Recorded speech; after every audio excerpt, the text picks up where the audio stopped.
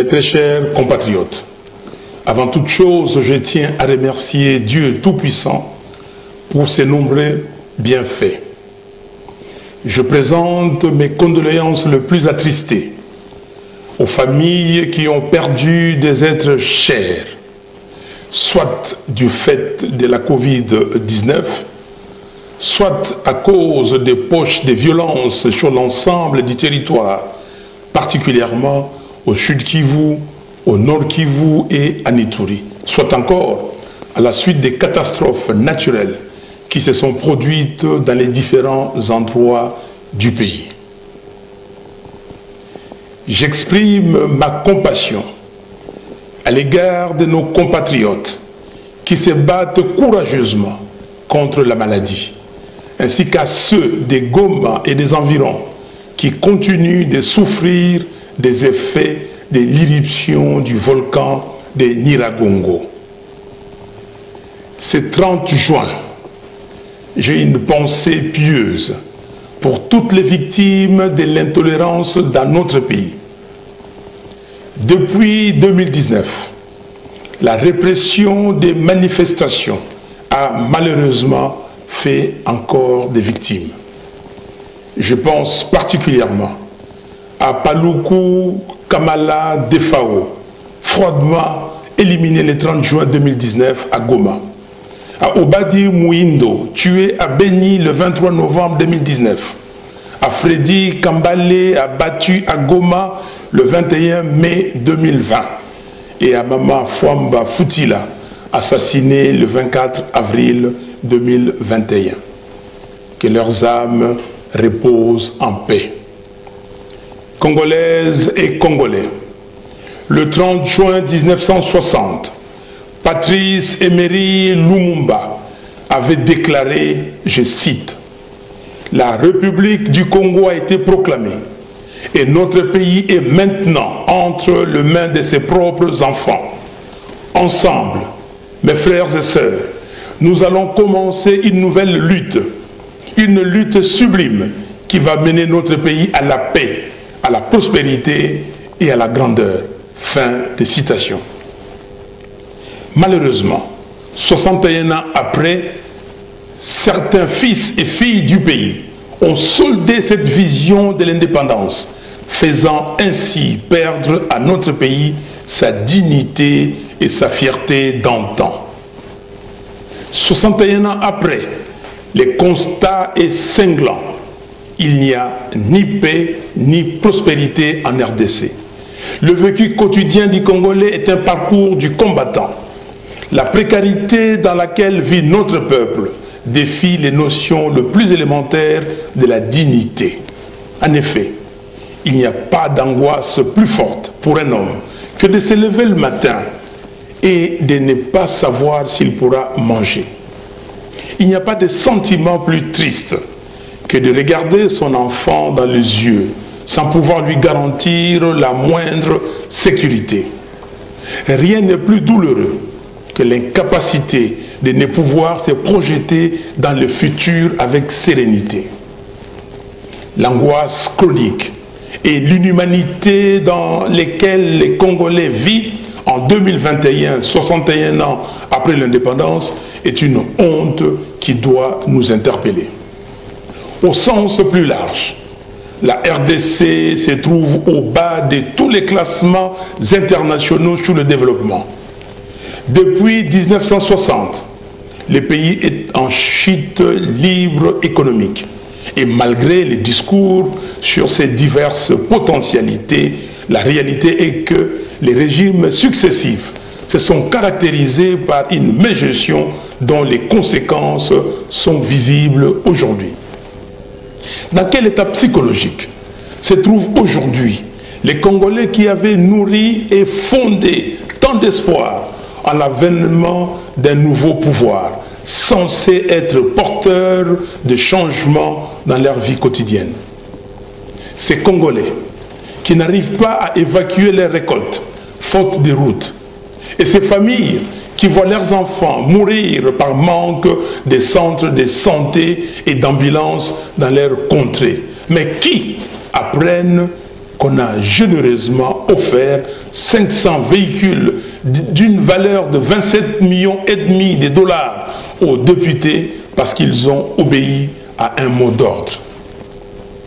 Dans quel état se trouvent ces Congolais clochardisés et malnutris qui apprennent qu'on a détourné 205 millions de dollars du projet du parc agro-industriel de Bukangalonzo et que le dossier a été classé sans suite, comme l'affaire des 15 millions de dollars de pétroliers? Que disent les millions de chômeurs congolais quand ils apprennent que la Commission électorale nationale dite indépendante a dépensé près d'1 milliard de dollars du contribuable congolais sans rendre le moindre compte?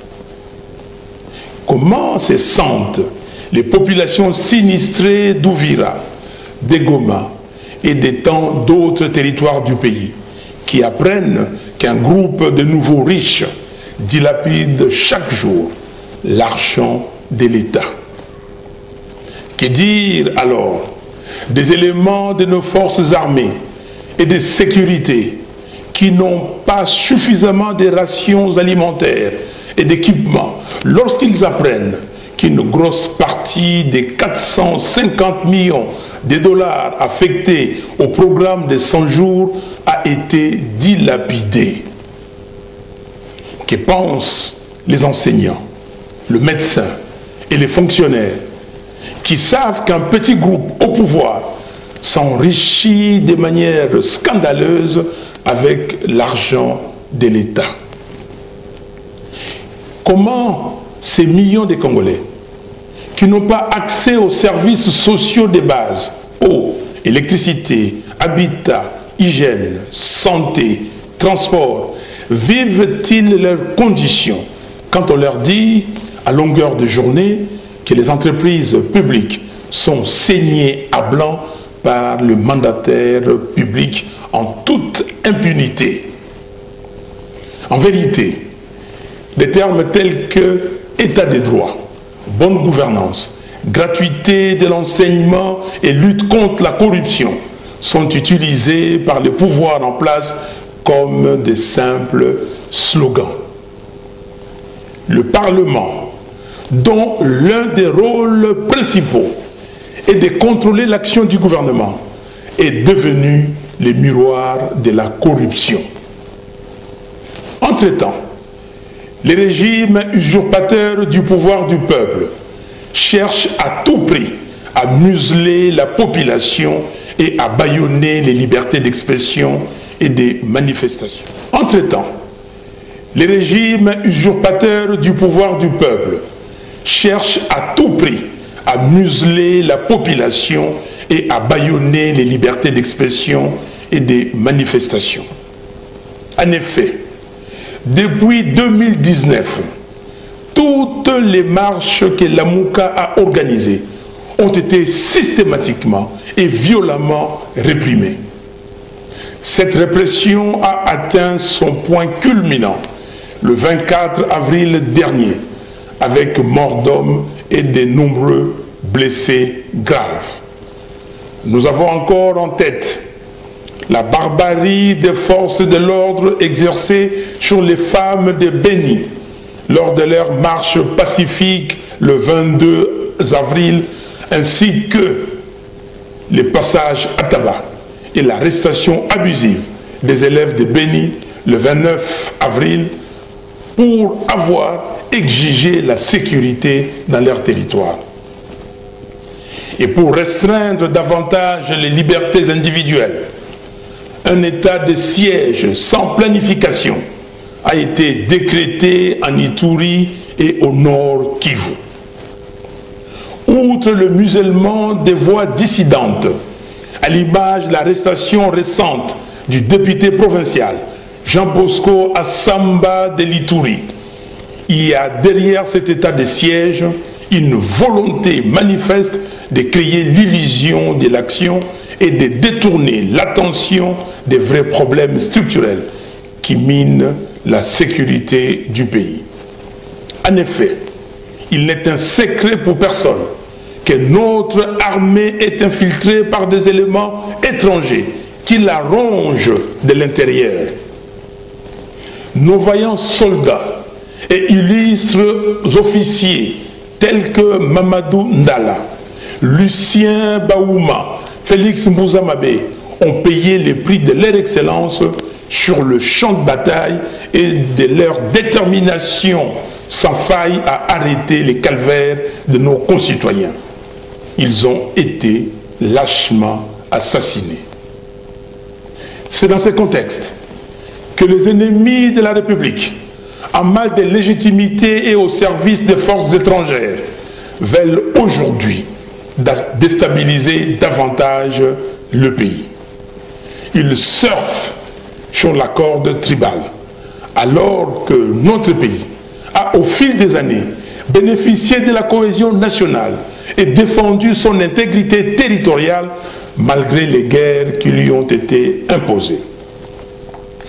Les paroles du premier président de la République, Joseph Kasavubu, sur la cohésion nationale doivent encore résonner dans nos esprits aujourd'hui, quand il disait le 30 juin 1960, je cite, « Nous ne devons pas oublier que c'est à nous désormais à prendre le relais et à rassembler le matériau de notre unité nationale, à construire notre nation dans l'union et dans la solidarité. » Fin de citation. À cet égard, les milices que le pouvoir en place a créées à Kinshasa et à Lubumbashi sont un danger pour la cohésion nationale.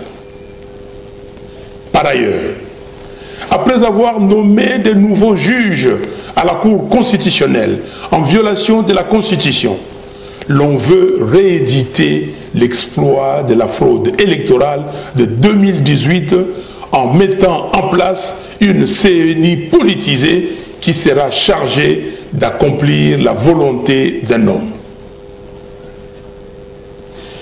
Laissez-moi vous le dire solennellement, cela ne passera pas et le peuple congolais s'élèvera comme un seul homme pour s'y opposer avec la dernière énergie.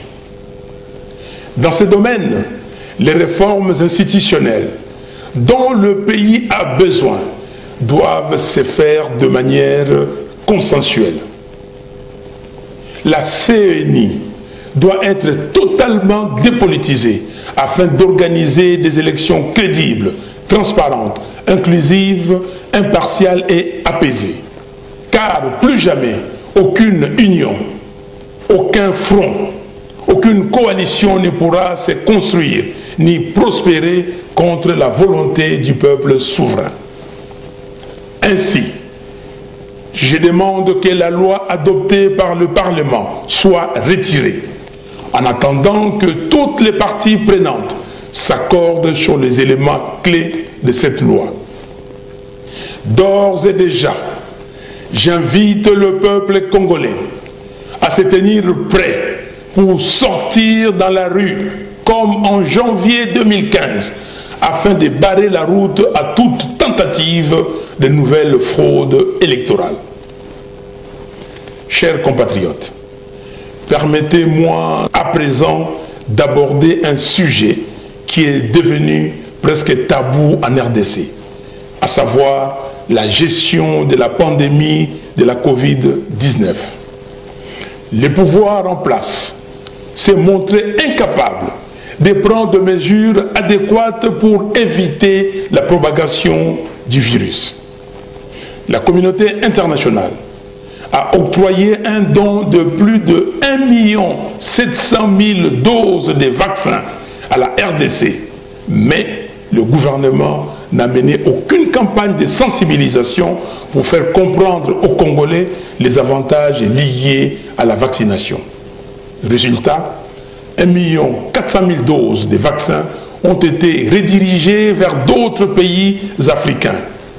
Comparativement à l'Afrique du Sud, qui a vacciné plus de 2 787 000 personnes pour une population de moins de 60 millions d'habitants, et l'Angola, plus de 943 000 personnes vaccinées pour une population d'environ 33 millions d'habitants, la RDC a aujourd'hui vacciné seulement 44 840 personnes sur une population de près de 90 millions d'habitants, soit 0,05% de la population. Alors que l'objectif d'urgence de l'OMS est de vacciner 10% de la population dans chaque pays africain avant septembre 2021.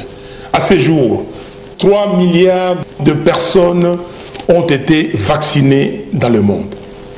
J'ai personnellement pris mes responsabilités et je me suis fait vacciner le 10 juin dernier pour montrer l'exemple de sorte que les Congolais m'emboîtent les pas. Car les vaccins offrent l'avantage d'éviter de développer la forme grave de la maladie et surtout de retrouver une forme de vie normale. Chers compatriotes, notre combat pour les années à venir doit consister à poser les jalons qui feront du Congo un pays fort, digne et prospère à la dimension de ses ressources et de sa position au cœur de l'Afrique. C'est ce Congo-là, rêve brisé de nos pères de l'indépendance, que nous voulons construire dorénavant et pour lesquels nous nous battons en entretenant la flamme de la victoire allumée le 30 décembre 2018. Rien n'est plus sacré que le respect de l'expression du peuple traduite dans les urnes. L'onction qui offre la légitimité nécessaire pour conduire une action salvatrice. Sans institution légitime, sans enrayer la corruption endémique actuelle, le développement du Congo restera utopique. Notre pays n'a pas vocation à demeurer une zone d'extraction des ressources primaires sans leur donner une valeur ajoutée. La paix et la prospérité en RDC passent entre autres par le développement des industries de transformation ainsi que des infrastructures de communication, routes, rails, ports, aéroports, pour assurer la liaison entre toutes les provinces et tous les territoires du pays. Nous devons rester mobilisés et éveillés pour que plus jamais personne ne puisse voler le choix du peuple souverain. De la même manière, nous devons rester vigilants et mobilisés pour réclamer l'exhumation du rapport Mapping. Chers compatriotes, nous n'avons qu'un pays. Et c'est à lui seul, à son drapeau, que nous devons allégeance. C'est dont nous avons besoin. C'est un État organisé, avec des institutions légitimes fortes et un leadership responsable et compétent, porteur d'une vision claire de la place de la RDC, non seulement en Afrique, mais aussi dans le monde. Que Dieu bénisse la RDC et son vaillant peuple. Je vous remercie. Africa cool, et abena cool, Africa cool, abena cool, le quoi cool matopi, cool. Vous voulez le Congo? Pour que le Congo devienne cool, pour suivre les cool analyses, alors revenez et abonnez-vous massivement. Bobozana Moana, massivement. Africa Cool. Africa Cool, c'est la destination de prédilection pour une communication optimale. Longo Dianabino Mama. Merci beaucoup. La chaîne Nabiso Africa Cool. En tout cas, les chaînes il y a bien. Et puis vous êtes très rapide. Ils sont très rapides. Les chaînes moko bako ça a bien confiance. En tout cas, nazo senga na bato oyo nanu ba souscrire te bazwa. Donc, ils ont vraiment net oyo balobaka ke boka lelo, lamba lelo, lia lelo. Donc, ils ont kitoko na sepeli na bino, na sengi na bato nyonso bo souscrire ebele boko za la déçu te.